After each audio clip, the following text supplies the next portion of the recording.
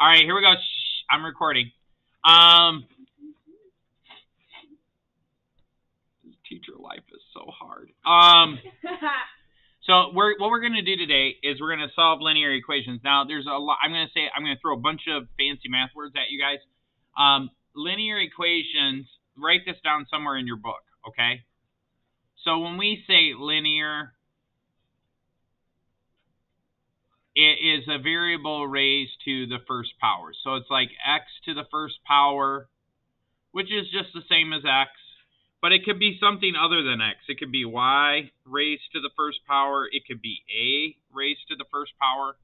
And so today we're going to talk about there being the variable on both sides. So chapter 7 is about solving equations with the variable on both sides. So we're going to use algebra tiles. Raise your hand if you've ever used algebra tiles. Okay. So raise your hand if you've never used algebra tiles. Raise your hand if you don't understand algebra tiles. Okay, I'm a math teacher. I don't like the algebra tiles because I don't think it helps. But for one or two kids, they get it. So anyways, we're going to use them. I understand it. Hopefully you will too. So each one of these yellow boxes represents a positive value, and each one of these yellow boxes represents a positive value. And over here, I have a red box, which is a negative value. So we're supposed to count all these things. So the big box represents an x. So this is like an x. And the little box is like 1. Okay? So when I look at this, the model is x plus 1, 2, 3, 4, 5. So I'm trying to write these numbers down small. So that first box is like x plus 5. So now this is an x. It's a positive x. This is an x. And this is an x. So that is equal to 3 x's. And then I have 1 negative, so that's minus 1. Okay? Well, remember that 3x minus 1 is the same as 3x. And I talked about this with a student yesterday. Subtracting 1 is the same as adding a negative 1. Okay? This is going to confuse some of you guys. But when you add a negative 1, it's the same as subtracting a positive 1. Now, let me explain what that means. Do you guys have a handy-dandy calculator? Okay, 4 people, run up real quick, pass out the calculators. While you guys are passing out the calculators, I'm going to pull up my handy-dandy calculator and explain what I mean.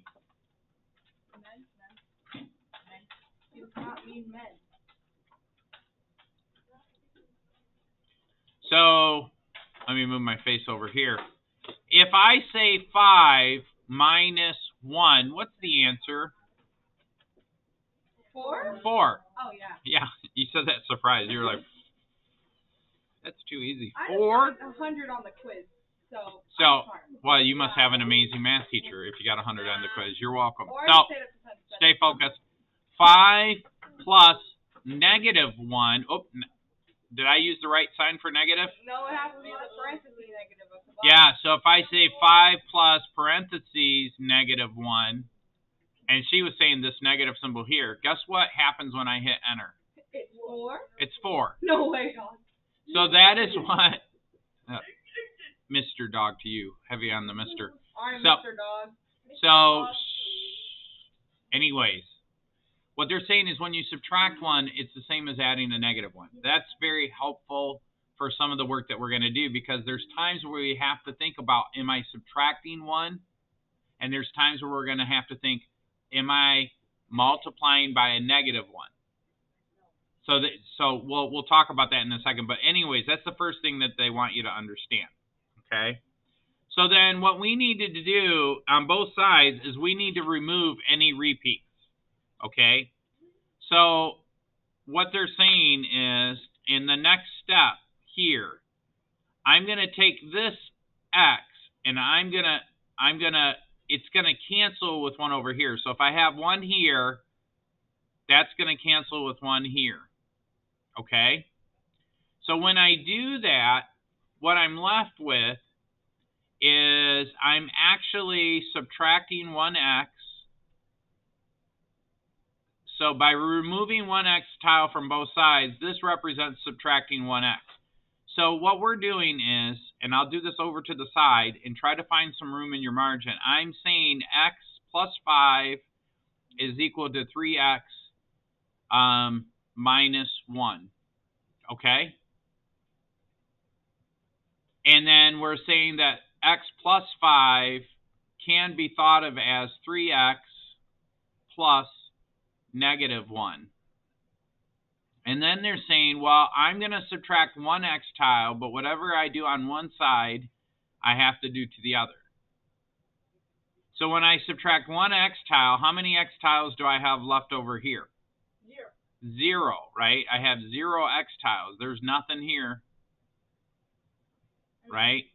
So then over here on this side of the equation, and this is where the equal sign is, if you think about it, I'm going to end up with just a positive 5.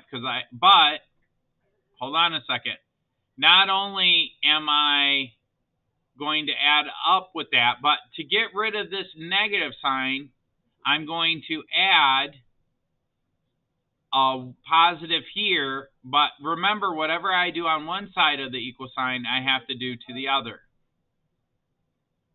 So then that gives me 6 over here. So let me just write this out. I have 2x tiles here, and then I'm adding a negative here. So to get rid of this negative 1, I'm going to add 1. But remember, whatever I do on one side, I have to do to the other side. So that leaves me with 6 1s over here. 6 right here is equal to just 2x. Okay? So what I do is I place a plus 1 tile on both sides. This represents adding a positive 1 to both sides. And then remove 0 pairs. So in other words, what's 1 minus 1 or a negative 1 plus 1? 0, right? Now, do I need to write down plus 0 here? No.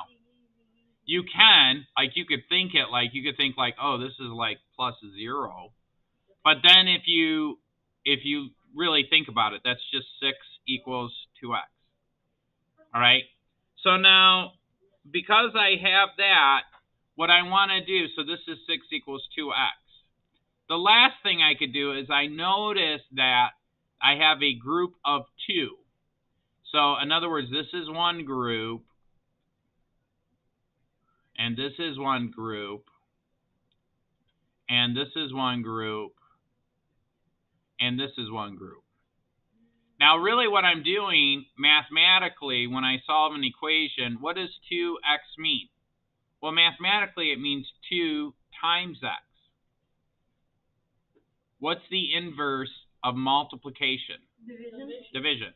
So if I divide by 2 and I divide by 2, what's 6 divided by 2? 3. And what's 2 divided by 2? No, 2 divided by 2 is 1. What's 1 times x? X. Now, I know that maybe your other teachers have said, well, the 2's cancel and then you're left with x.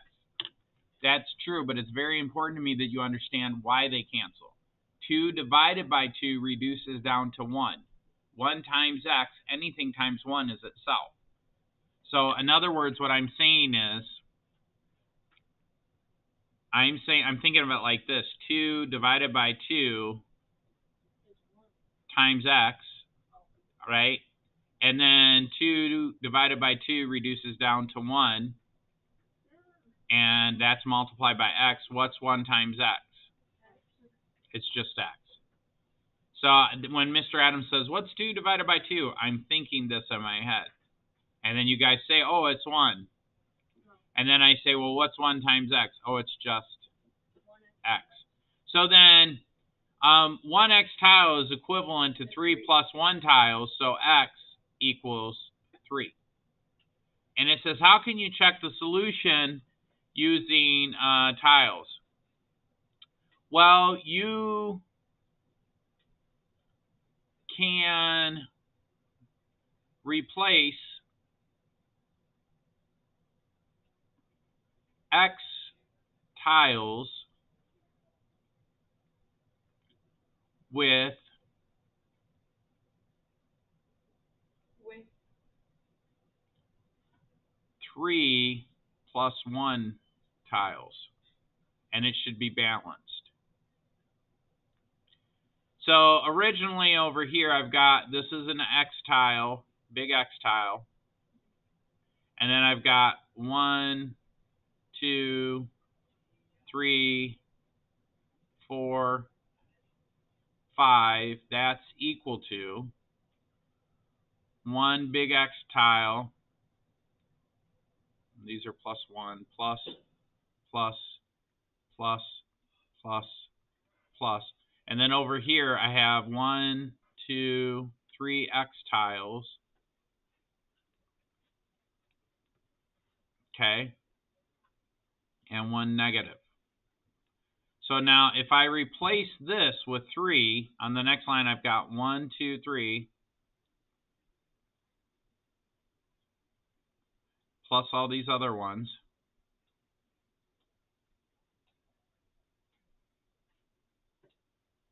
Right, so I've got 1, 2, 3, 4, 5, 6, 7, 8. So now if I replace 1, 2, 3, 4, 5, I'm replacing 3 with each X.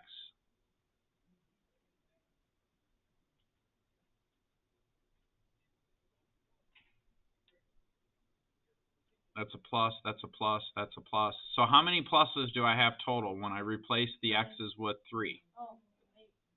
Well, hold on. How many pluses do I have total? I have 9, but one of these will cancel with this one. So what do I have? 8.